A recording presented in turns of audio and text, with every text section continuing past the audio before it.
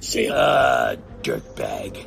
This is Kid Shriner, the voice of the Green Arrow, and you are listening to the DCAU review, hosted by Cal and Liam, streaming at DCAUreview.com and on your favorite podcast app. Get charged up for action that'll shock your system. Tell me that's not cool. An unstoppable superhero and his crew embark on impossible missions and will bring mutated villains to justice. When Static's in the house, bad guys better step off. Pull the plug on crime with the adventures of Static Shock. Yeah! Hey everybody, welcome to episode 161 of the DCAU review. With me, I am Cal, and with me, my good friend, good brother, and the gentleman that runs our Twitter account. That's right, it's Liam.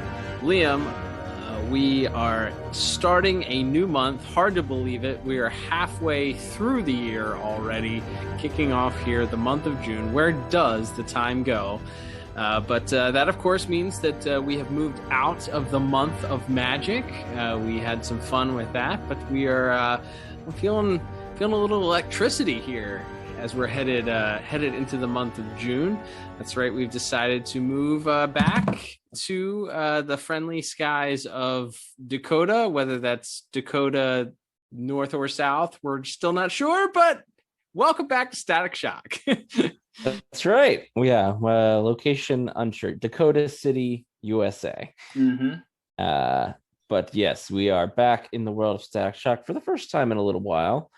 And we have, in fact, not only one episode, but two patented DCAU review double features, patent pending.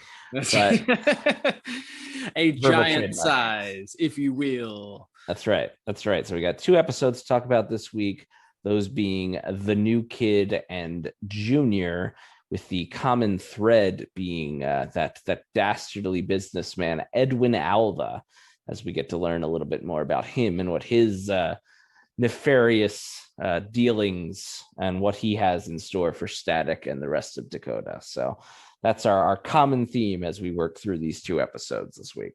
That is right. And if you recall, as you said, it's been a little bit, probably about 6 months since we've reviewed some Static. I know we covered some of them in December.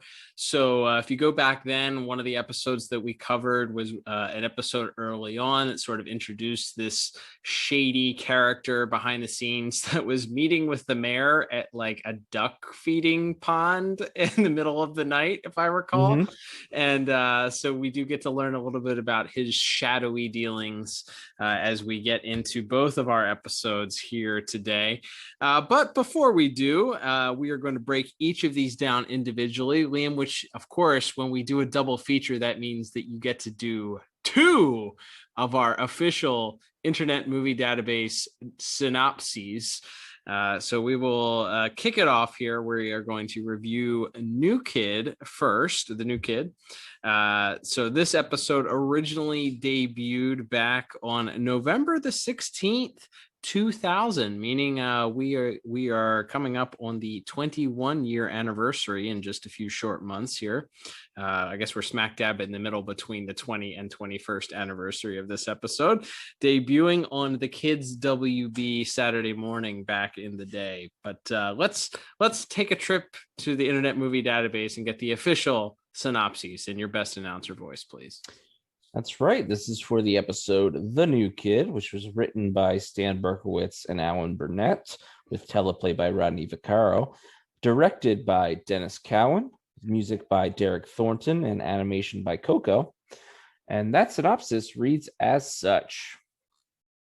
Science whiz Virgil is sent to a school for gifted students, which is funded by billionaire Edwin Alva.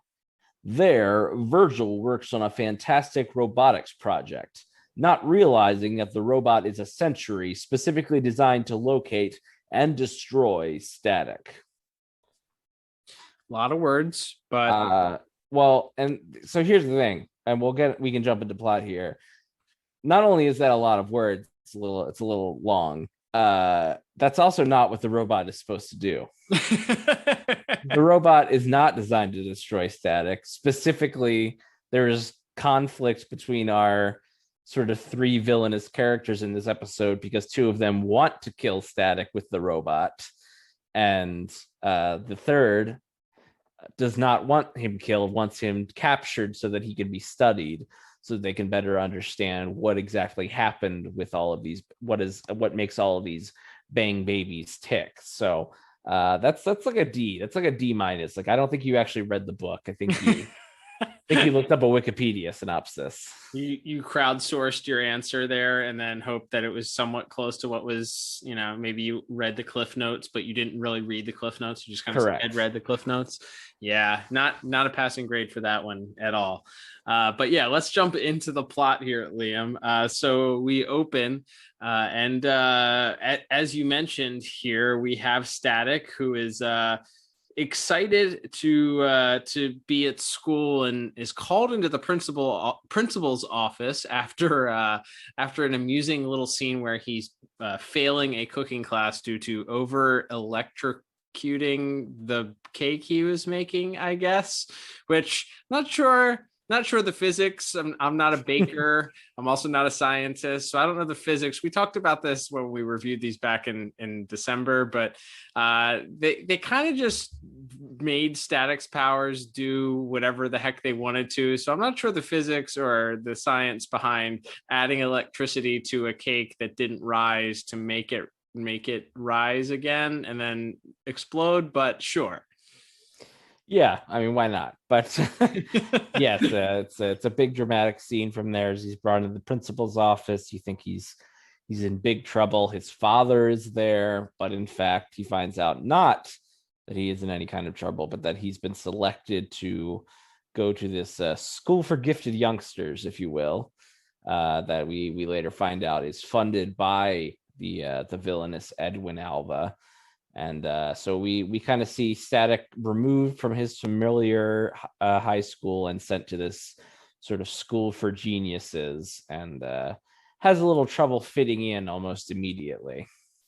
Yeah, well, and that's because it's interesting because Static seems to, from the get-go, doubt his own intelligence and feel like he's kind of like a fish out of water. That isn't helped, of course, by these two people that are purportedly students, but end up, in fact, also being the teachers. He bumps into these two gentlemen who are basically the class bullies out in the lobby as he's trying to figure out his way in the class.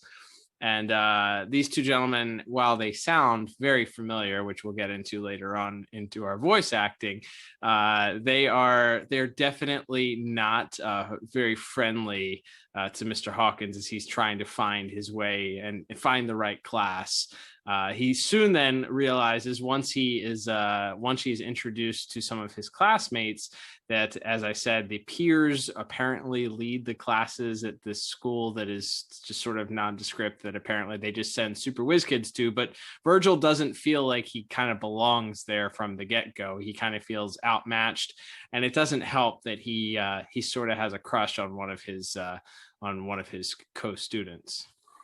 Yeah, so other than the little bit of furthering the Edwin Alva stuff, that's probably the most significant part of the episode, is that this is the first of many appearances of Daisy, which is sort of a would-be love interest for Virgil and one of the classmates. And of course, by the end of the episode, Virgil ends up back in his, spoiler alert, Virgil ends up back in his regular high school, and in fact Daisy has transferred there as well, so she becomes kind of a recurring character.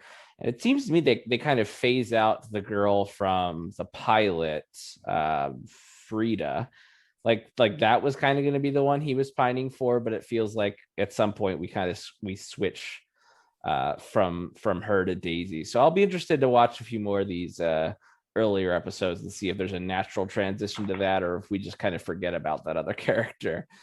But either way, yeah, that's probably the most significant part of it. Yeah, as you said, Virgil sort of feels out of place, but he makes friends with Daisy and with these two twins who are their personalities are basically just, they take everything very literally and don't understand humor. Is this a classroom of the Starship Enterprise? What's up? I'm Virgil. Either you're twins, or one of you has invented a killer virtual reality projection. Neither of us is working on any type of virtual reality project. No, it was a joke. See, the two of you, a projection. Don't mind them. They're seriously joking pair. He's Duncan and he's Henry, right? And I'm Daisy. Hi, I'm, Virgil? Yeah. So where's the rest of the class? This is it? 4 students to every teacher? Pretty fat. How do you get away with anything? You don't look like a troublemaker to me. Anyway, they're not really teachers. Upperclassmen run the classes. The students are the teachers? That's Okay, class. a nightmare. Sure. I mean, they're not really meant to be like serious characters. They're just there to do some jokes and mispronounce phrases that Virgil has taught them, which is fine. But yeah, from there we see a robot attacking downtown Dakota, and Static has a battle with him. He's sort of overpowered at one point and has to recharge. And he's able to kind of fight the robot off. And wouldn't you know it, at that point it's revealed that it's actually a mech. It's a suit with a person inside, and it is in fact one of the 2 bullies / fellow students / teachers. That would, of course, be Mr. Trapper. And we find out from there that, in fact, they are trying to build a robot or some sort of device that will allow them to capture Static at the behest of the aforementioned Edwin Alva, who is looking to capture and study Static alive. I've been waiting for you. And I don't like waiting. Sorry, Mr. Alva. We were working on... I gave you one simple assignment. Bring me Static, and you flunked. Only by the narrowest of margins, sir. We're using the class to perfect a tracking device that will prevent him from eluding us again. Let us hope so. Your extracurricular activities are costing me almost as much as this entire school. It's pass-fail time, gentlemen. It would be easier if we didn't have to catch him alive. That's an inconvenience you'll have to live with. I want my bioresearch team to study Static's DNA, and a live specimen is preferable to a dead one. After we have that, he'll be of no further use. Using free child labor at that. Child geniuses creating these different things for the suit. So as you mentioned, that first attempt and run in with Static is unsuccessful, and they get back to the school the next day, and it's coincidentally enough, they task the team of students with building this device that can detect I guess electrocurrent, I think is what they say, and sort of track it even if it's not seen.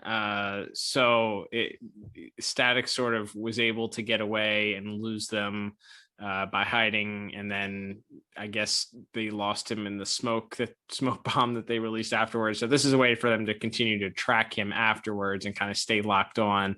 So they're actually fitting it to this second flying robot machine that sort of looks a little bit like the Blue Beetle's vehicle, or like Owlman's vehicle in the Watchmen. And so they have Virgil actually is responsible for building this. They call it the Eye that tracks him, and they fit it onto this machine. And Virgil and Daisy and Daisy are leaving the school that day, and they happen to see Edwin leaving in his limousine, and Static was unaware at that time that he had that Edwin Alva had anything to do with the school.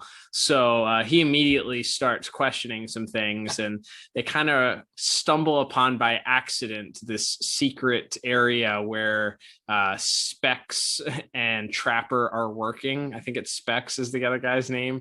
Mm-hmm. They're working on this secret project, and they're retrofitting this eye that Static created to this machine in order to be able to track him. So Daisy and Static stumble upon it. They are, of course, discovered as they are watching Edwin Alva sort of give this exposition about why he's after Static. And there's still arguments being happened between the three of them as to whether or not they're going to keep Static alive or not at this point. Static is discovered, he escapes, and they send the robot hovered UFO thing after him. And he smartly, as he's being chased, he realizes later on, I guess he didn't hear or see when Daisy says, they're using your eye on the machine, because there's this, like a scene a couple minutes later where he's like, that's the eye. It's like, yes, Static, that is the eye. So he uses it to lead actually the robot to Edwin Alva's penthouse, which I thought was a fun turn, and it leads crashing right through into Mr. Alva's office and his house. Yeah, I think that is something that this episode does well, is sort of the dichotomy of Virgil and how his own self-confidence when he's in and out of the suit. I think you see that in the way he's talking to Daisy when he gets away and turns into Static and sort of saves her from the robot at first, and then kind of realizes what's going on and realizes a way to kind of get the robot to back off is to go right to Alva's house and basically use him as a hostage. Which I just thought I thought that was fun, and that's something that's sort of been touched on in previous episodes that we've reviewed about how it's not, for whatever reason, he doesn't necessarily think that highly of himself, but he's clearly a very capable and smart kid, and so when he's in the suit and the way that he sort of then outsmarts all the other geniuses, first in the way as Virgil, as he sort of creates the software that's used for this eye, and then also in sort of problem solving and figure out a way for him to get out of it himself and to bring it to Alva's house so that the two other kids will have to back off. But of course, they still try to attack Static, but thankfully Daisy and the twins have made it back to the school and pull out some wires, which causes the robot to go haywire and crash. So kind of, as we said, all's well that ends well at that point, and then we get a final little scene of Virgil going back to his old high school and reuniting with Richie, and then finding out that Daisy is in fact going to be his classmate going on. So I guess we could start getting into scores here. I think this episode's fine. There's nothing great in it, but like I said, I do like the stuff where we sort of focus more on, as you said, Virgil kind of feeling a little bit like an outsider, but then kind of proving himself to be really smart and be really capable in the second half of the episode, especially once he's in the suit as Static. So overall, I thought it's a pretty good episode, easy to watch. I ended up with a 6 out of 10 for plot. Okay. All right. I actually went a little bit higher. I really enjoyed this. And I think you mentioned this was written by both Alan Burnett and Stan Berkowitz. They have the writing credit, which is something we've talked about a little bit here. A lot of times the writing, some of these episodes don't have certain credits to them. So it was good to have a writing credit for this one. Directed also by Mr. Dennis Cowan, co-creator of Static.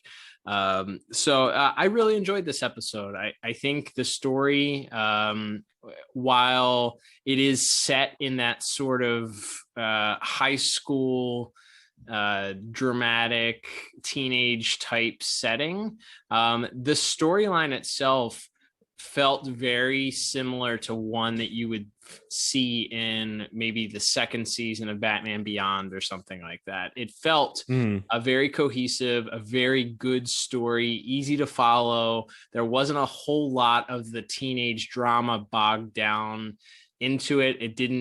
There wasn't a lot of unnecessary quipping or involvement of a whole bunch of ancillary characters that really didn't need to be involved. So I thought it cohesively worked very, very well, which is something that I can't say has always been the case with some of the other episodes that we've reviewed thus far of Static. So because of that, I ended up giving the score a little bit higher. I went an 8 out of 10 for the plot. Nice.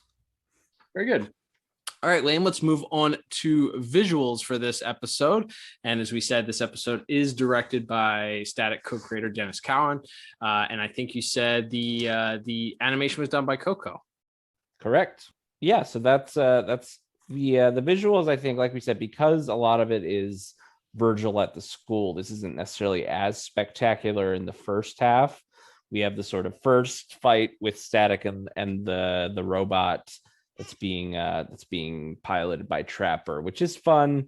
It's kind of basic, but I really like the bit where Static does this like supercharge to sort of get away. At one point, he's sort of trapped and being fired at by some kind of energy beam, and it seems to be hurting him a lot. So he kind of gives out this huge energy blast, which also sort of leaves him feeling pretty tired and weak. So he's sort of running away, not only for his safety, but also to try to find a place to recharge. And he sort of backed into a corner in an alley, and he sees a fuse box, and there's a very cool shot of him opening the fuse box.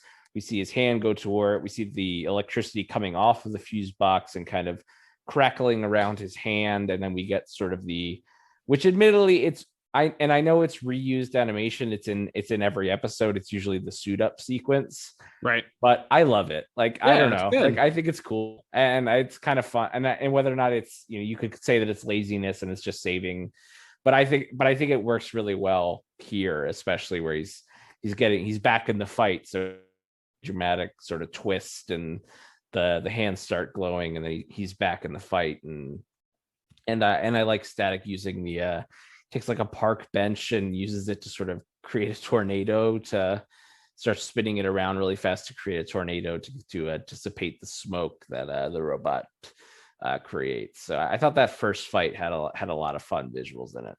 Yeah, I think this and this has been one of the things, especially on this first two seasons, that we have struggled with at times because we've discussed it maybe ad nauseum, but their budget was certainly a lot smaller than the rest of the DCAU shows. It wasn't even supposed to be in the DCAU, from the get-go. So it was kind of a very different idea on how to animate this. So there isn't as much cell shading, which at times makes it look a little bit low budget. But I think, watching it in crystal clear HD on the HBO Max app, again, not a sponsored segment, but could be HBO Max. If you're listening, we'd gladly take some of that AT&T money. But I think it was just a little bit, I think, taking it for what it is. I think the visuals are very strong for this first season. So grading on a curve, maybe. I think that that first robot scene was pretty strong. I like that they switched back and forth. You kind of got the robot vision, seeing things from the robot's point of view at times, using its scanning and looking for Static. That gave me some 80s/90s, maybe some Terminator, some RoboCop vibes there. And it's funny because Static even calls him the robot Terminator at one point. So it gives you some of those classic tropes of seeing things from the robot's point of view as he's searching for his prey. And then, like you said, Static's, the visualization of Static's powers, I thought were very strong. And then that final chase scene, I think, is really, really great. Even though you can tell, you know, if you're paying really close attention, the background is just the same background over and over again as Static is flying and he's carrying Daisy with him as they've escaped. And, you know, so there was some budgeting limitations. However, for a lower budget program, I thought it looked pretty strong. You know, the robot chases after him. It's scraping up against the sides of the buildings because it's kind of wider, and there's, you know, some visual effects that they give to that. There's a part where Static is sort of flying towards the camera view, towards the screen almost, and scrapes up against one of the sides of the buildings, and there's some sparks that shoot off from that. And then ultimately that final scene where they kind of switch back and forth between the point of view from from Trapper and Specs back in the lab as they're trying to decide whether or not they're going to shoot Static, and there's, you know, they kind of have him on target in their crosshairs, so to speak. And there's some great expression from Edwin Alva's face.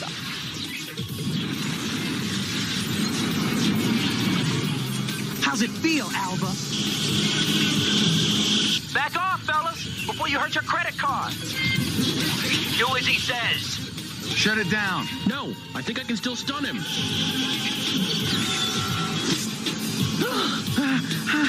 You guys are asking for a whole lot of detention. I thought this is, for the myriad of episodes we've covered from this first season that I've been very, very hard on, I thought that this was very, very strong visually, and grading on a curve. Like, it's hard, you know, we talk about, it's hard to grade from show to show, which is why we went from straight up just animation at the beginning to sort of the animation and visuals. We eventually combined those into a category to kind of help us grade a little bit more when we get into these different shows and the more streamlined, from Batman the Animated Series all the way up to, you know, Justice League Unlimited. So for those reasons, I thought, and that final chase scene, I think just kind of put the cherry on top. I ended up giving visuals and animation a very strong 9 out of 10. Yeah, I'm right in that same ballpark with an 8 out of 10. Yeah, I definitely think those two fight scenes are pretty standout, and I like the bit where he's kind of carrying Daisy away from the battle, and it's her, you know, she's looking back at the robot chasing them, and see the buildings kind of sweeping, and he's sort of flying through the city, and there's some really cool shots and sort of panning and using some cool camera tricks to get those different shots. So yeah, really, really well done. Really solid episode. Yeah, I agree. All right, Liam, let's move on to our music now. Music this week. And again, one of the shows that the music has not been fully released as far as soundtrack is concerned. So with that said, music from Static, I have been highly critical of at times, I would say. Static tends to do this thing where they throw lyrics or raps into the backing tracks, and I have a problem with that because I feel like soundtracks are not supposed to detract from what's going on, and oftentimes, because they're just like low budget ripoffs of like some other type of song, or it's just the same phrase muttered over and over again, I find it to be very distracting. With that said, I think this episode also does not have that issue. There's not a lot of I didn't detect any, other than the Static theme. I didn't detect very many words accompanying the music in the background, and I thought actually that the music really added to the atmosphere for this week's episode. Yeah, no, I think the music's pretty solid. There's a few little like random, I don't know if interludes is the right word, but like when the bullies trick him, they go like, "Oh, your classroom's through this door," and he goes, and they like put him out through the fire escape. There's just like some random electric guitar, and I'm like, that's kind of weird because it doesn't really fit the usual music that you hear in the show. Sorry to bother you. Then don't. I'm looking for Lab 16. Check between 15 and 17. He doesn't look like he's into double digits yet. Thanks for nothing. Come on, Specs. The kid's just looking for where he belongs. You're right, Trapper. Right in here. Thanks. Hey!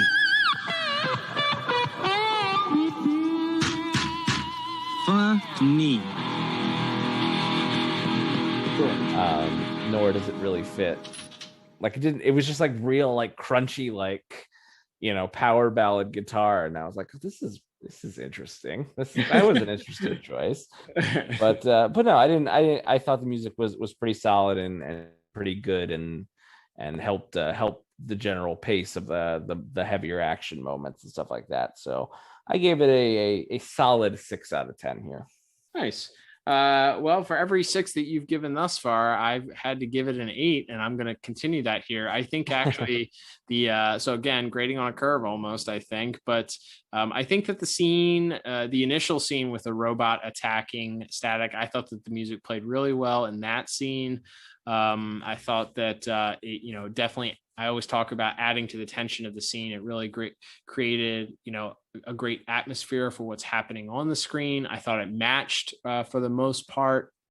And then I think that the music during the chase scene at the end, one of my favorite things to have is some good accompanying music to a chase that's happening on screen. And I thought that they kind of paid that off pretty well here. I don't disagree with you that they're still kind of finding their feet on some of those scenes that maybe didn't need music and kind of fell into that old trap where we're just going to play music in the background like every sort of 90s and 80s cartoon show did at the time. So I don't disagree with you there, but still, I think as critical as I've been, I had very little to complain about. So that's probably why I gave it a little bit higher, with the added bonus of some of the higher intensity scenes being soundtracked well.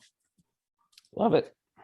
All right, Liam, and let's head into our final category for this first part of our double feature today, and that is going to be voice acting. Right off the bat, I heard a couple of very recognizable voices. One of them, a fairly well-known actor, especially in the nerddom. Another one, a DCAU absolute legend. But we have a rather large cast, regardless. So let's talk about today's voice cast.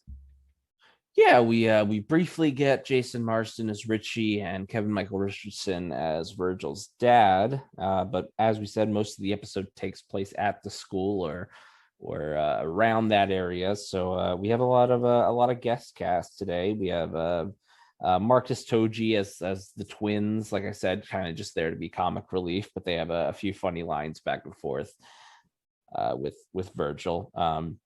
We have Crystal Scales as Daisy. Like we said, this is her first appearance in the series, and I think she does a pretty solid job. Like, again, she's kind of there to just be, she's the one that's sort of nice and is a little bit more welcoming to Virgil after everyone else he meets either ignores him or is a little standoffish with him. So, but I think she did a solid job.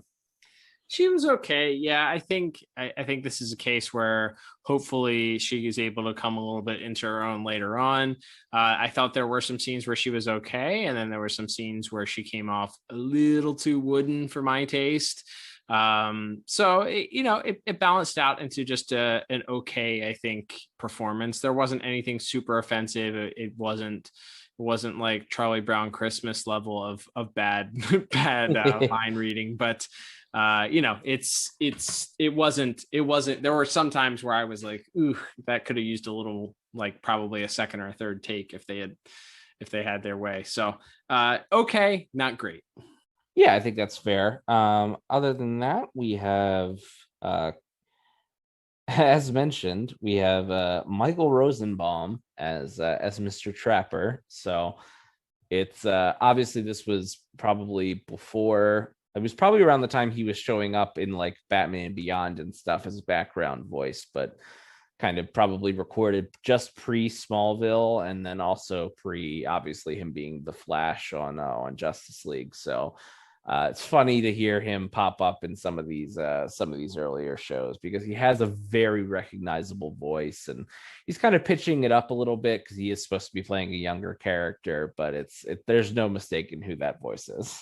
Yeah, it was an immediate recognizable. Oh, Michael Rosenbaum making an appearance here, and it's a very dry. He's playing a very underperformance, and it's intentional because they're supposed to be very like dry, kind of like almost like a bench. Like I know Michael Rosenbaum always likes to do impersonations of different like famous people as his characters. I think most famously he did Christopher Walken for what was his character's name in Batman Beyond? Ghoul. Yeah, it was his Christopher Walken and doing a retrospectively awkward Kevin Spacey voice for Deadshot. Right. Yeah. So he likes so it wouldn't surprise me. I don't know if he was doing like a Ben Stein or what, but it's a very dry, very understated performance for Michael Rosenbaum, but it's still very clearly Michael Rosenbaum in his performance. Surprisingly, I feel like maybe it was just because of the character and the type of character that it wasn't super distracting. Obviously, the entire time who it is. But it wasn't to me, it wasn't as bad as Mark Hamill, as Ferris Boyle or one of those other ones that we've heard where it's like, I just can't get past it. And some of it may be that he didn't have that many lines in this episode. So he wasn't while he did have some lines, he wasn't the main focus of this.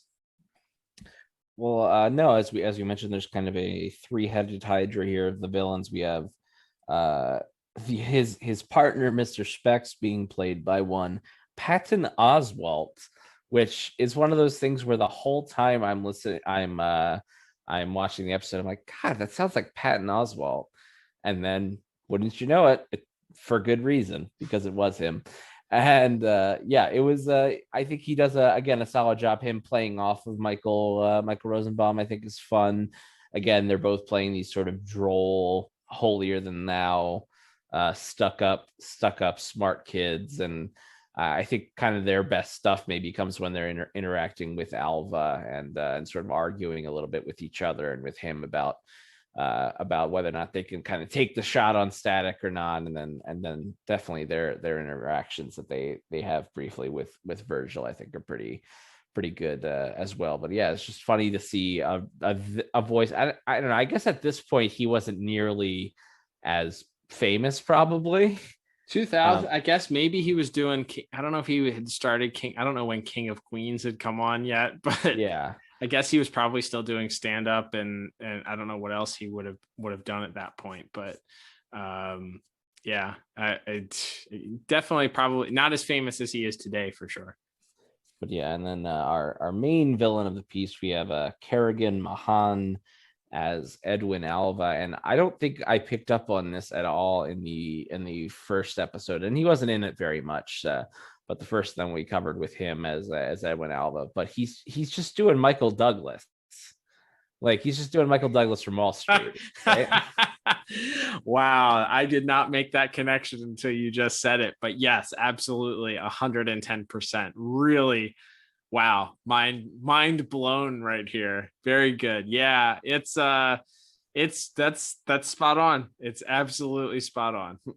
Yeah, that's I think when it clicked for me, like, because I think maybe the first episode we even noticed, wow, he's really monotone and kind of weird. And then this episode was like, oh no, he's just literally doing Michael Douglas, and he's playing Michael Douglas's, greedy rich guy character from Wall Street or whatever. Like, I think this is definitely intentional, and once I kind of figured that out, I think it actually helped it. But all of those guys, along with and girls, with along with of course Phil Lamar as Virgil Hawkins / Static.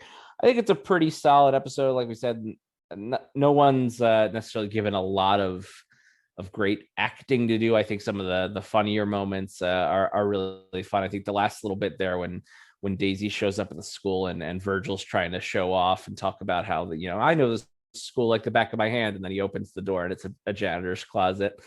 I thought Phil Lamar's delivery on that was really good. But for all those reasons, I think it's a pretty solid, fun cast, and I came to a 7 out of 10 for voice acting. That's right. And I went just a tick higher. I went with an 8 out of 10. I think everybody is solid. I think that Patton Oswalt and Michael Rosenbaum are really good. I think that Phil Lamar is exceptional for the episode. I really enjoy his sort of a lot of times the inner monologue that he has that's sort of just kind of exposition all the time to everybody and anybody listening. I feel like that can sometimes be a detriment because he kind of has to just kind of talk in these quizzical almost cadences, like he's just discovering things as he's like saying them out loud to himself. But I think for this episode, there was a little bit less of that and a little bit just reliance on, oh, Virgil's actually really smart. Virgil figured this out on his own, and he doesn't have to voice it like knowing that the people at home had figured it out 5 minutes before, 5 minutes before he's voicing this. So other than maybe the one time where he's like, it's the eye. It's like, yes, it is the eye. It is the eye that you created. But I think it's a solid episode all the way around here, which I guess, Liam, will bring us to our final scores for our first episode here in our bonus or our double feature here. I think totaling everything up here for me, I end up with a very strong 33 out of 40. What about you? Yeah, so I think we were only 1 or 2 points apart in each category, but those added up as across our 4 categories. As I think I ended up with a little bit lower there in a 27 out of 40. All right. So I guess that will bring us to our for our first episode here, rewatchability. I think that there is certainly some case to be made that this is somewhat integral to the part of figuring out who this Edwin Alva is, as we learn he features even more heavily in our second part here. So you learn a little bit about his nefarious schemes and his desire to learn about the Bang Babies and what makes them tick, so to speak. But where does this fall for you as far as rewatchability is concerned? I think some of these characters do come back. Obviously, Daisy's a fairly important character to the series, and Specs, Trapper, and Alva all come back as well. So it's not super integral to the DCAU as a whole, but as far as a static episode, especially a season 1 episode, I think this is important enough. This gets a 1 thumb up for me for rewatchability. Yeah, I'd say same thing. I think it does add a little bit more depth to this character, especially if you saw that episode that we had reviewed in the past with the mayor and Edwin Alva feeding ducks at the pond. Then you would want to know, well, what is this guy doing other than feeding ducks at midnight at the pond with the mayor? Like, what is he up to? So this gives you a little bit more insight into his plans and what kind of is going on inside his evil brain. So I'd say 1 thumb up. I think even just as a season 1 episode, I haven't recommended a whole bunch of these so far. So I think again, grading on a curve, I'd say, definitely check this one out. It's fun. It's very well paced. I felt like didn't feel like it dragged at any point. So go ahead and give it a watch.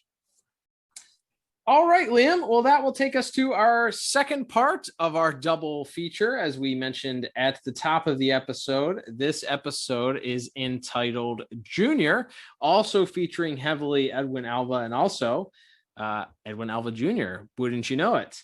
Before we get into breaking down our 4 categories for this episode, which originally debuted on the Kids WB Saturday Morning back on February the 10th, 2001, meaning we just passed actually the 20-year anniversary of this episode debuting just a few months ago. Let's get the official IMDb synopsis for this episode. So the credits for this one are a little bit confused and muddled because I went with, so there's 3 sources, which is the episode itself, what it says, and then what it says at the DCAU wiki, and then what it says on IMDb. And I got different answers, but for the most part, I'm gonna go with what was on the screen, because that seems like, I would say it's the most reliable. There were a lot of mistakes in the credits in season 1 and 2 of Static. I believe they were mostly fixed for like DVD releases and stuff. But I do believe a few did slip through, so could be wrong about this. But officially, what I got from the show, The synopsis for Junior, written by Dwayne McDuffie, directed by Dennis Cowan, with music by Stanley Clark and animation by Coco. And that synopsis reads as such. Angered that his father ignores him, Edwin Alva's son applies his vast scientific knowledge to manipulate the properties of the Big Bang gas. He turns himself into a multi-powered being so that he can destroy Alva's businesses. I was ready to give it like a really high score until it added that second sentence on there at the end. Like vast scientific knowledge. I like that. Didn't like the second. That's like it's like a C plus. Rambled too much, I would say. Yeah, I think it's fair enough. At least it did accurately describe what happened in the episode, unlike the other one, though. Good point. But go ahead and jump into the plot, Liam. Yeah, so this one I think is fairly straightforward as far as there isn't necessarily as much to do, at least in the first half of the episode. They're at a sort of a new opening for the rec center where Virgil's father works. They're opening a new gym there, and Virgil is late because he's off doing static stuff. A very Spider-Man, or to your point, Cal, also a very Batman Beyond moment where he's the hero that's in high school and is trying to balance this double life and is kind of letting those loved ones around him down by because he's too busy out saving the world, or in this case stopping some snake men from robbing a convenience store. Come on, Dad. He must have a good reason. He better. All right, who's next? Come on, just because you guys taste like chicken doesn't mean you have to act like them.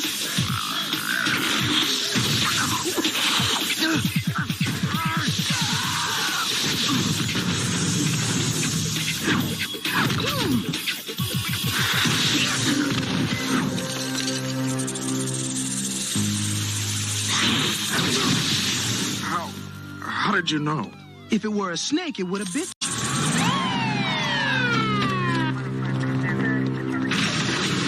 If I were you, I'd charge him with attempted robbery. But then again, they've already been charged pretty good. Oh, man. That's right. They are human rattlesnakes with also snakes for hands also. Yes. Very, very odd. I mean, kind of a cool looking villain, but they were also wearing leather jackets or leather vests. Are they a biker gang? Yeah. Well, yeah. I'm not quite sure. Well, how would they do the pedals? I don't know.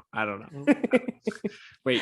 Anyway, I don't know. Anyway, let's not try and figure this out. The physics of this out now. But yeah, it is a very, very familiar trope here. As Static is disappointing his father, doesn't show up on time for this ceremony, and then, of course, he has a bit of a conundrum where he cannot reveal the reason why he was late because he was taking on the snake biker gang men.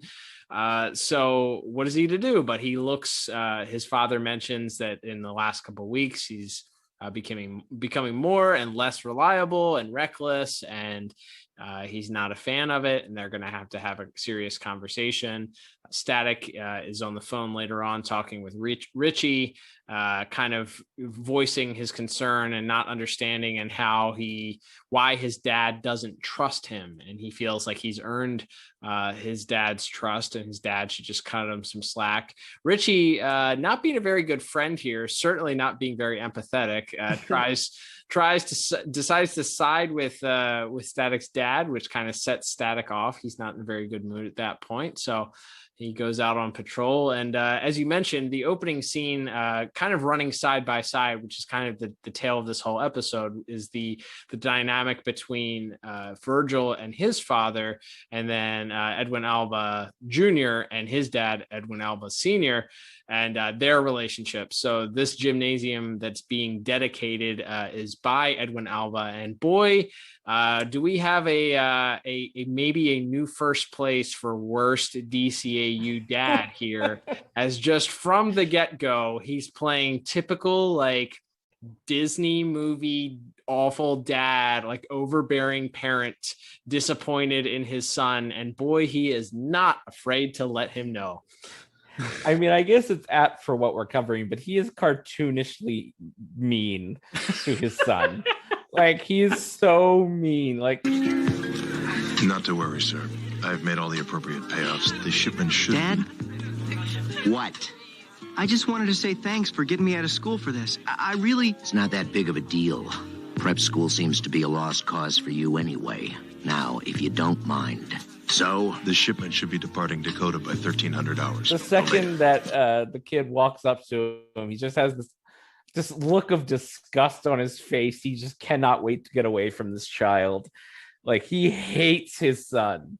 It's incredible. Like, it's amazing that they could put this on a children's show. Like, they have a children like that cartoonishly evil and like verbally abusive to his son. And at one point he talks about how he can't believe that his son is going to be his legacy. He wished he just had a statue instead. Like, what a terrible man. Bad bloke.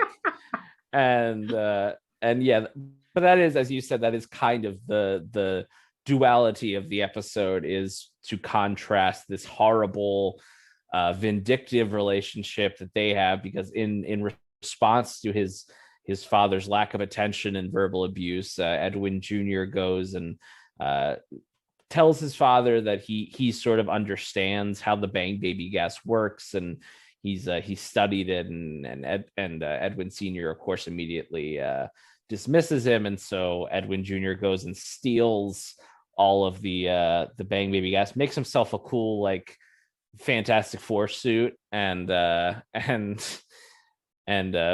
creates these little pockets of the gas, and sort of is aware that each sort of sample of the gas he's played with will give him a different superpower.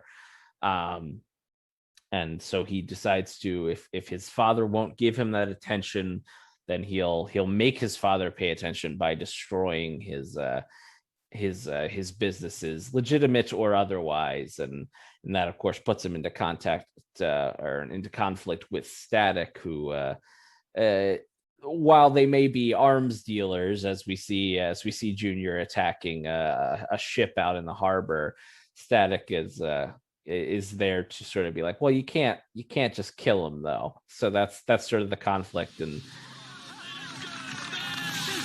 Thank you. And when you tell your friends about this, skip the part where I tried to pick up the boat. What do you think you're doing? I don't believe we've been introduced. I'm nefarious. You're nefarious? I'm nefarious. It's my name. It means many forms. Bro, I go to public school. Latin's an elective. Why did you help those sailors? They work for Alva. They're gun smugglers. That doesn't mean we let them drown. You telling me you did this? Uh-huh. This too. And Junior, like, one thing I don't think they necessarily explain very well, and they say that he's like very smart and that he like figured out how it worked, but they don't really explain like the pouches aren't labeled. Yeah. So like, what if he's going for X-ray vision and he accidentally does the dragon wings one? Like, that's uncomfortable. Like, whoopsie, he's oops, wrong one. Right. Or vice versa. He goes to fly and he goes for the wings one, and he's like, oh, well, I could see through the building as I'm falling to my death. Like, they don't make it clear how exactly he's aware of like which power he's gonna get. Maybe it's quadrants. He goes into certain quadrants, like, because he wears that bubble wrap type stuff around his waist and his wrists. So maybe he has it sectioned off into different quadrants or something. I don't know. But you're right. They're not very clear with how that works. Yeah, that's more nitpicking though. But yeah, that's sort of the second half of the episode, as you said. Virgil's sort of letting his dad down, and he and his dad have this argument where Virgil just asks, why can't you just trust me?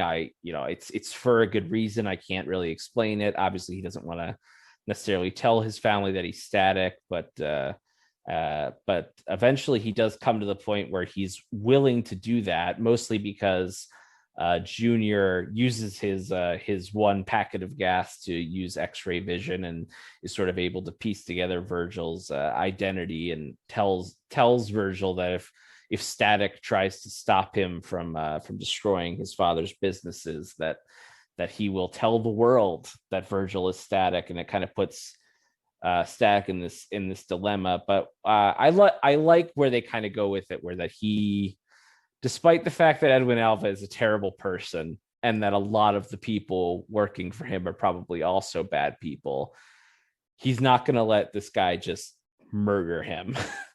And so even knowing that his secret is probably going to be exposed, he goes through with it anyway.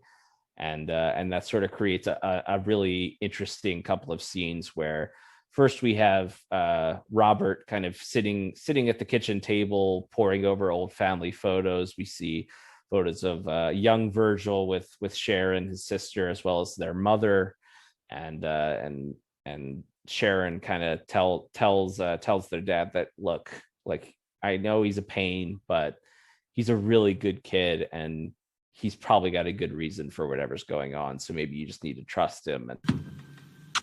Thought you were going to bed early. Couldn't sleep. This won't help.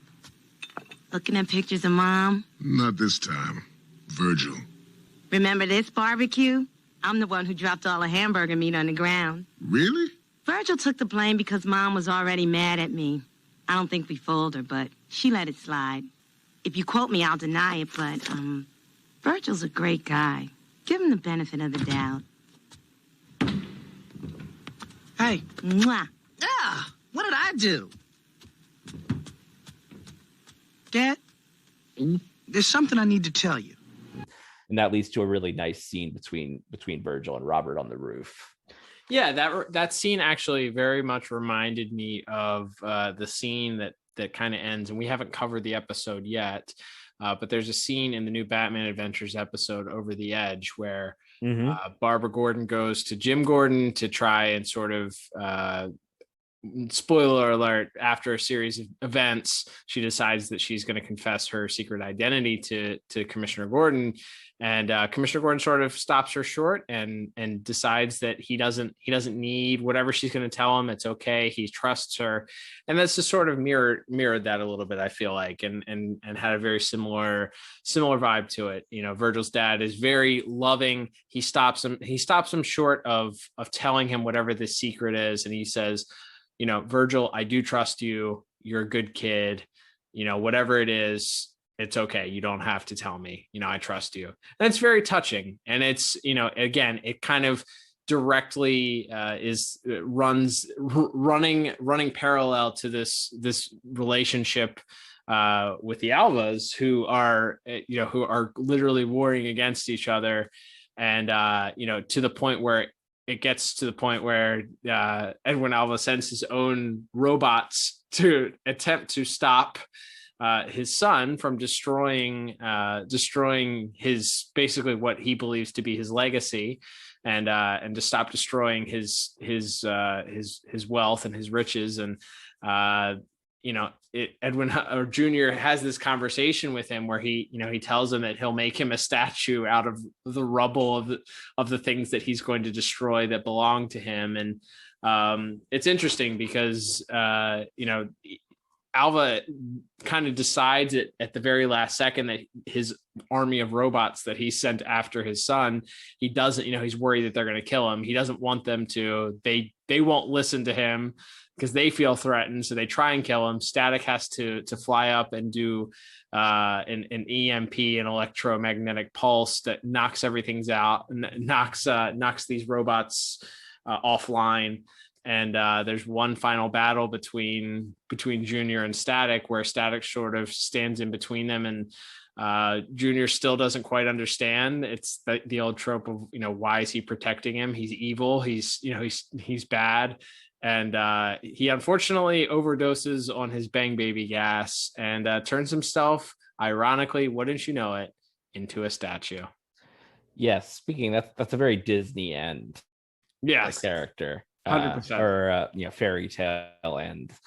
But he basically bursts all the packets of gas on the belt at once and has this sort of horrific transformation, and then solidifies into just being of rock. And that's sort of where the episode ends. Is Static is sort of just so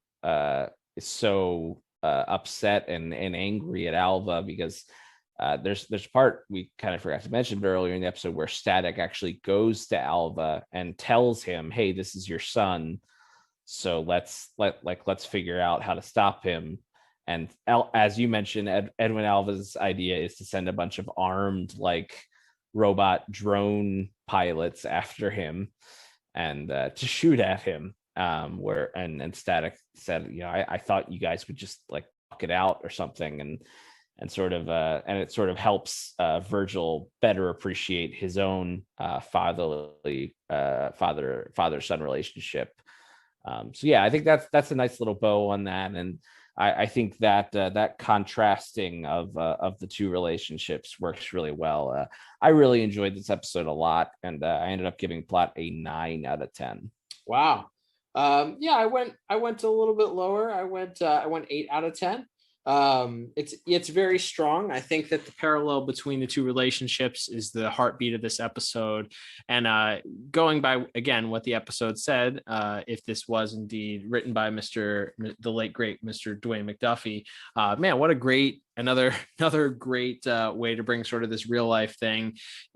I'm sure a lot of people can relate to not having great relationships with their parents or being frustrated with whether it's when you were a teen or even maybe as an adult, with your parents not trusting you with the decisions that you can make, and then kind of having that realization at some point that when your parents start to see you as an adult and hopefully begin to trust you to be able to make your own decisions, and or maybe you identify more with the Alva's relationship and just have a tumultuous terrible parent that's just overbearing and wishes they had a statue instead of you.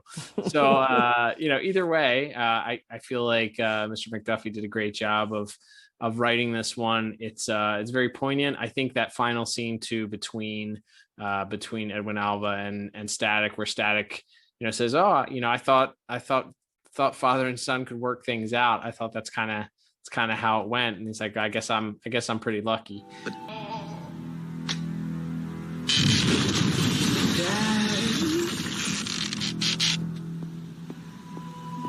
Is he alive? I don't know. I never should have told you. But I thought a father could work things out with his son. Even you. Guess everybody isn't as lucky as me.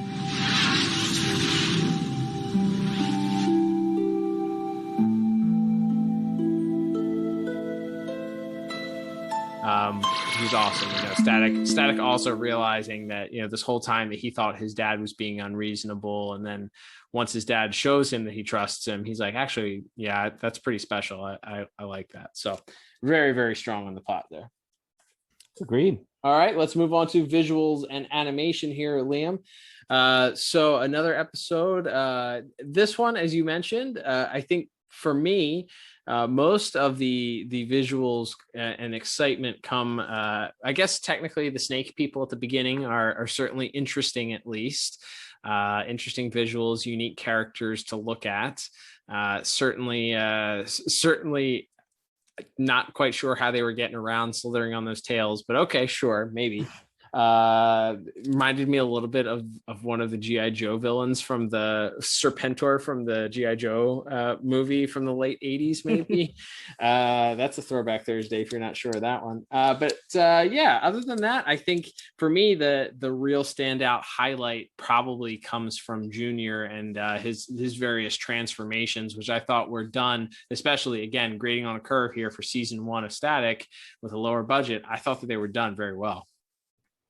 Yeah, agreed. I think they give him a kind of fun grab bag of powers, and they visualize them pretty well. There's one that's sort of just like this kind of strong, indestructible type, so he becomes just kind of big and buff. And there's one where he's more of a Hulk type, where he's a little bit more, he's bigger, but he's sort of more deformed, and like you can see like his teeth are jagged and his head's kind of misshapen. And then as we mentioned, there's ones where he's got like these big purple wings on his back, and he has like these like vampire ears as well. So they did some creative stuff with those powers. I think probably all the way to the end there when he, as we mentioned, sort of overdoses on the powers, and he sort of starts going through all of these forms in rapid succession, and turns into the buff guy, and then into the Hulk-like creature, and then into this kind of weird purple monster before sort of spinning around and turning back into this the stone version of himself. It's there's some pretty cool visuals and some pretty darn good animation from Coco there as well.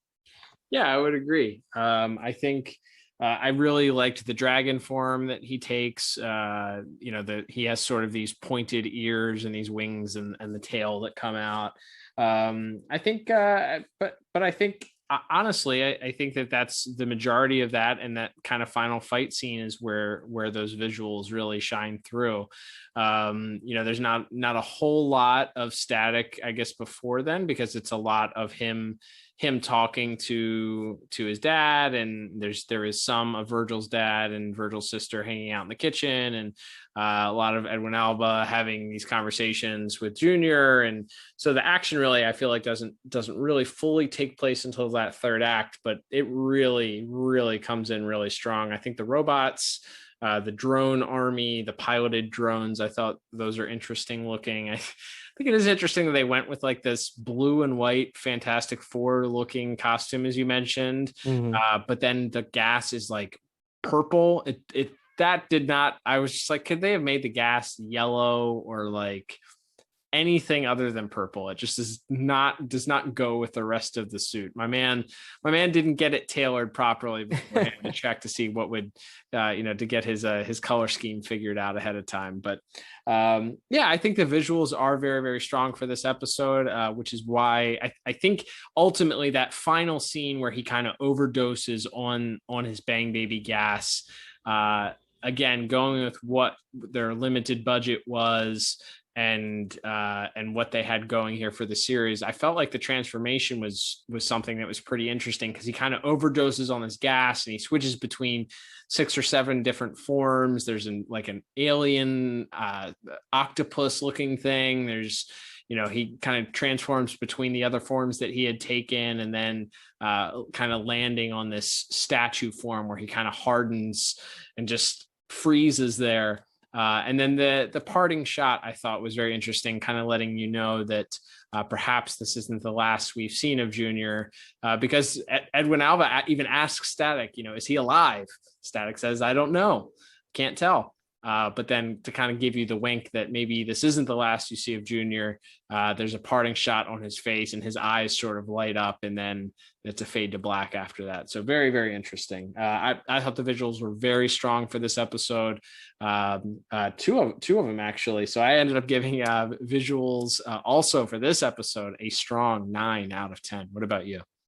Yeah, I actually gave it the exact same score, a 9 out of 10. I just think a lot of that stuff's great, as you mentioned, and I think in plot there, Static doing when he's trying to stop the drone pilots from attacking Junior, and he does this sort of giant electromagnetic pulse, and you sort of just see the waves of electricity kind of go through the city, and it shuts down all of the drones, and you see all the pilots jumping and parachuting out of them, and you see sort of all the lights and all the buildings go dark. I thought that was a pretty cool visual, and sort of getting across how much that would take out of him as well, I think, because he's sort of down and on his knees and really really worn out after that. So I really liked that visual, and along with all the other things we mentioned about the various powers of the villain nefarious, as he demanded people call him. So I think we forgot to mention that in plot, but I just mostly stuck with Edwin Jr. in my notes, if I'm being honest. That's true. Yes, same. All right, Liam, let's move on to our next category, which is going to be music. I'm not gonna lie, didn't have a ton of musical notes listed in this episode. It kind of took the back seat for me, with the exception maybe of that final fight scene between Static and Junior. Did you have anything that stood out for you as far as music for this episode? Yeah, other than the action, I would say that the only stuff I noticed was kind of the it was pretty muted and kind of held back a lot during the sort of more emotional beats between first between Sharon and their dad, and then between Virgil and his dad on the roof later. I thought they did some good sort of backing to that. Again, it was very understated, and other than that, I did enjoy the music in most of the action beats there with on the ship as well as in the final battle there. But yeah, I settled on a 6 out of 10. Thought it was fine. Thought it added a little bit to those quieter moments, but nothing super big to write home about there. Yeah, I felt like, I think rightfully so, that this episode sort of relied more heavily on the dialogue. And because it was more dialogue heavy, the music sort of faded in the back. I also gave it a 6 out of 10. This wouldn't be opposed, by the way, Warner Brothers, if you're listening, to have some of this early static stuff released, because I would like to hear some of this stuff in isolation, if not the pieces that have accompanying lyrics. A+ for that. Another episode that didn't feature lyrics in the background, but would love to hear some of this stuff in isolation to hopefully appreciate it a little bit more. But I digress. Let's move on to our final category, Liam, for this week, and that is going to be voice acting. Not a huge cast, but certainly some great performances, in my opinion, for this week. Let's talk about this week's voice actors.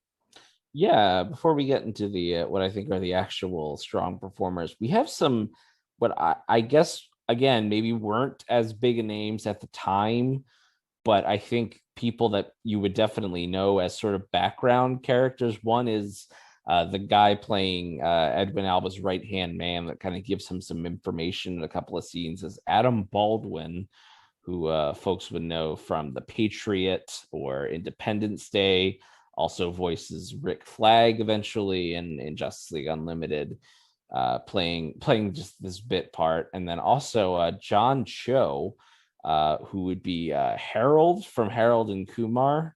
Interesting. As well as Sulu in the J.J. Abrams Star Trek movies. He's playing one of the guys on the ship. Interesting. Like it's very weird to see. And again, maybe they weren't as established actors or then as they are now, but definitely it was like, oh wow, that's a random person to see pop up as like basically a step above additional voices by role.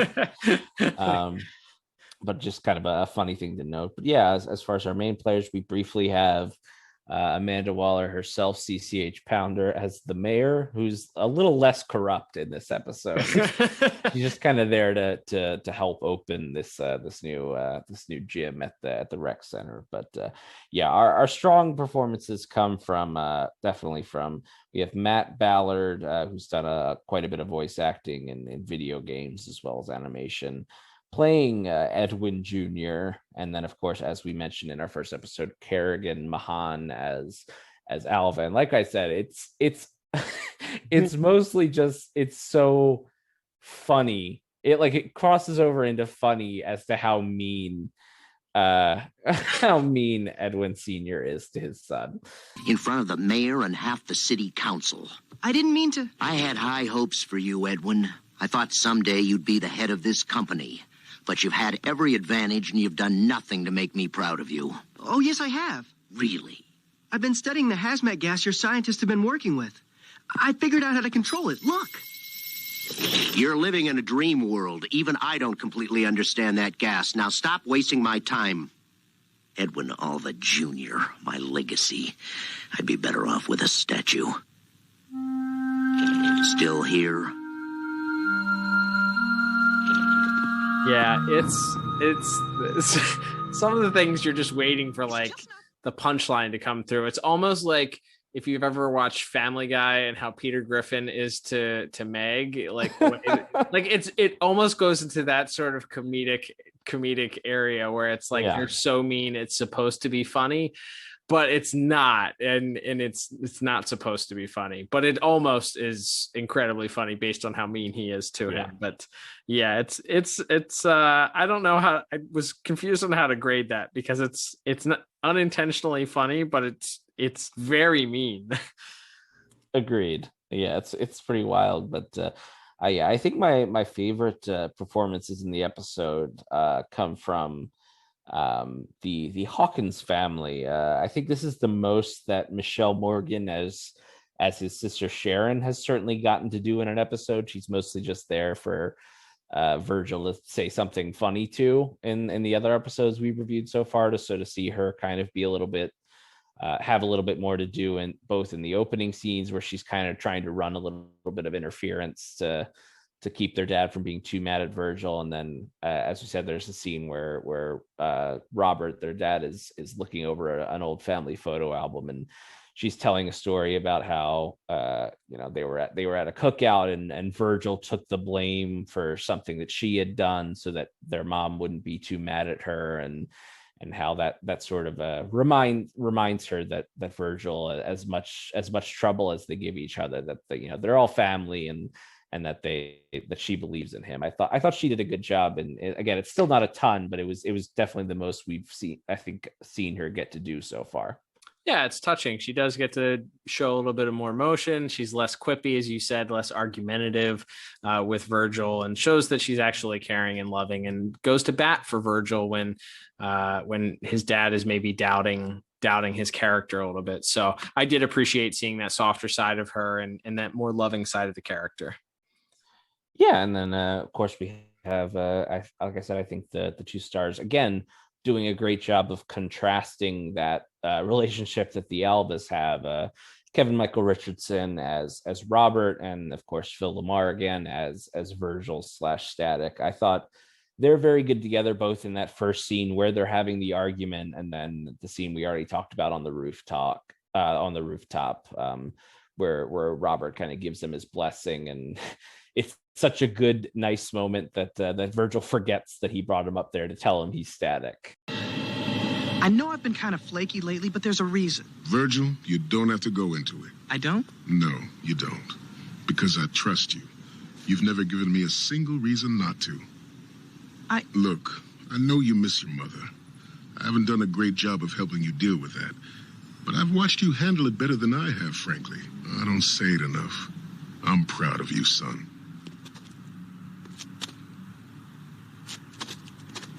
I'll see you downstairs. Oh, Dad, wait, I gotta tell you something. And then it's sort of called away to action before he can actually go through with that plan. So, but yeah, I really like their interactions, especially, and then Phil LaMarr playing off of the Alvas at the end there, and sort of his just general disgust at what a terrible father Edwin Alva is. Yeah, it's good. I think Kevin Michael Richardson is really good. I think that the moments that he has, I think even the initial conversation that he has with Phil LaMarr's Virgil in the gym, I think is really good, because they kind of set up how it's going to be for the rest of the show, and he really does come across as sort of this disappointed but concerned father. And it's obviously the stark contrast between the disappointed, concerned, and mean father that Edwin Alva is, but I feel like their chemistry certainly comes into play here, his and Phil LaMarr's in this as well. I felt like their performances were both very, very strong. Yeah, agreed. For all those reasons, I ended up at a very high 9 out of 10 for voice acting in this episode. Nice. And believe it or not, I also gave it a 9 out of 10 for that same reason. So we have a very similar scores, almost unilaterally across the board here. So that will bring us, Liam, to our final scores for this week. So totaling everything up, I have for this second part of our double feature a 32 out of 40. What about you? And I am just 1 point higher at a 33 out of 40. So both a lot more in lockstep on this episode than we were maybe in the first one. But sure. Yeah, as we get into rewatchability for the second episode, yeah, I would once again say this is definitely a watch for the series. Maybe not, again, most of these characters, with the exception of Static himself, don't appear outside of the show, unfortunately. So it's hard to say how many of these episodes really affect the DCAU as a whole, but at least ones that don't, feature other characters like Superman or Green Lantern or whoever. But yeah, I think this is really important to the show. Obviously, it's a big moment for Static, not only from a character standpoint, but also Edwin Alva does come back, as well as, sort of begins a quest to sort of find a way to cure his son's illness over the next couple of seasons. It is spoiler alert, it is eventually resolved, I believe, not until the final season though. So they do kind of draw this out for a while, but it's a pretty important moment for one of the bigger villains, especially of this first season. So I think this is definitely another thumbs up for ability again. And yeah, absolutely. And I think grading on a curve, we look at some of the episodes we've seen in the past. I'm not recommending the Static Shack episode to rewatch for any reason, let alone just for that. So I think looking at this is a thread that kind of plays out throughout the show, as you said, is eventually paid off, is pivotal to learning about this main baddie. It adds some depth to the character, your main baddie for the season in Edwin Alva Sr., and certainly adds a little bit of tragedy. It certainly builds on the relationship between Static and his dad, which is another important relationship that takes place in this series. So yeah, I'd say that looking at as far as the grand scheme of things out in the grand scheme of the DCAU, no, it's not pivotal. But if you're watching Static episodes and you want to watch a good one, I'd say, well, arguably, I'd say we picked a good pair to watch this week. Yeah, I think these are both fun episodes, both easy to watch, and obviously each only 22 minutes long, so it's not a big time ask either. So yeah, I think we picked a couple good ones to watch, and looking forward to hopefully finding a few more good ones this month. Absolutely. All right, Liam. Well, that will bring us to the end of this week's double feature. Thank you, everybody, for tuning in. Don't forget, you can follow us on social media at DCAU Review, both on Twitter and on Instagram. Liam runs our Twitter page. We love having all kinds of conversations happening over there about the DCAU. Lots of exciting things happening. We have DCAU tie-in comics that are releasing left and right. So head on over to twitter.com/DCAU Review. Follow us there, interact, join the conversation, as they say. And give us a follow at DCAU Review on Instagram. Also posting lots of fun stuff over there as well. Don't forget, you can also support the program if you wish. We don't run ads, but we would love for you to support the program if you're financially able to. You can get a shirt, a hat, mug, sticker, something. Check out the DCAU Review shop at DCAUreview.com. You can also check out the archives there of our previous episodes. And if you listen to us on a podcast app that allows you to leave us a review, we would very much appreciate that. A 5-star one, if you may, if you please, and certainly give some feedback. Let the good people out there in the podcast-verse know what it is that you appreciate about our podcast. Speaking of which, Liam, since we are continuing here in the month of June, that means we are going to continue with more Static reviews coming up next week. So why don't we talk about what episode we'll be reviewing on next week's episode? Absolutely. So next week we are going to be sticking with season 1 and actually reviewing a return of a villain that we spoke about once before, and that will be the return of Rubber Band Man in the episode Bent Out of Shape. Love it. Loved pretty favorable review on that Rubber Band Man first episode. So interested to see if that stays true for the second follow-up episode. So looking forward to covering that with you next week. Absolutely. But until then, I'm Cal. And I'm Liam. And we'll talk to you on the next episode of the DCAU Review. Bye-bye.